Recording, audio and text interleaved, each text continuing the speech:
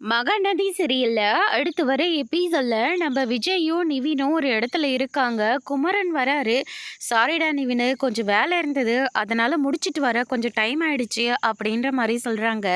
அதுக்கு அடுத்ததா என்ன விஷயம், ரெண்டு பேரும் இங்க உட்காந்துட்டு இருக்கீங்க அப்படின்னு சொல்லிட்டு நிவின் வந்து கேட்கவும், கொடைக்கானல்ல இருக்கிற நம்ம அத்தையோட வீட்டை நம்ம மீட்டு கொடுக்க வேண்டாமா அப்படின்ற மாதிரி சொல்றாங்க. அதான் அந்த பசுபதி கிட்ட தானே பத்திரம் இருக்கு அப்படின்ற மாதிரி சொல்றாங்க. அந்த பசுபதிய நம்ம கடத்த போறோமா? அப்படின்னு சொல்லிட்டு குமரன் வந்து கேட்கவும், பசுபதிய வந்து நம்ம கடத்த போறது கிடையாது. அவனுடைய பையன் ராகுவ தான் நம்ம கடத்த போறோம். ராகுவ பிடிச்சு வச்சுக்கிட்டா கண்டிப்பா தன்னால அந்த பசுபதி வெளிய வந்துருவான்.